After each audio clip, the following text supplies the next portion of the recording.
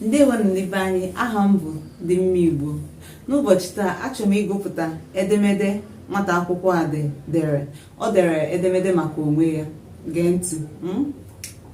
Edemede maka onwe m. Aha m bụ Ike Agwụ Ọta Ahụhụ. Abụ m onye n'ise.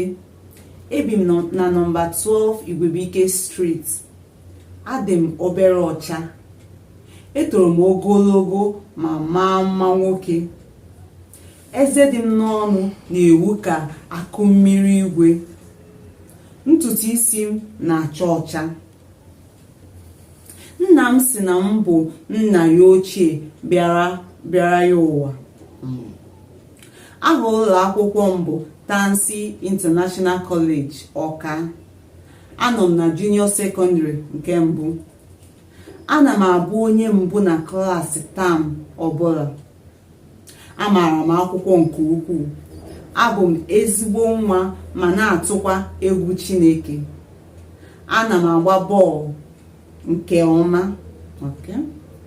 Aha nne m na nna m bụ Maazị na Oriakụ Chike Ọta Ahụhụ.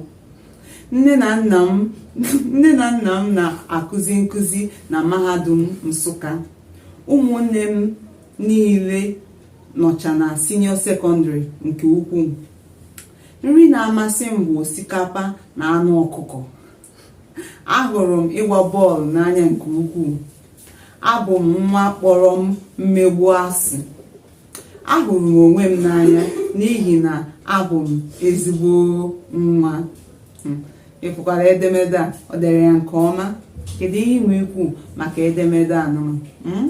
Ka emesịa.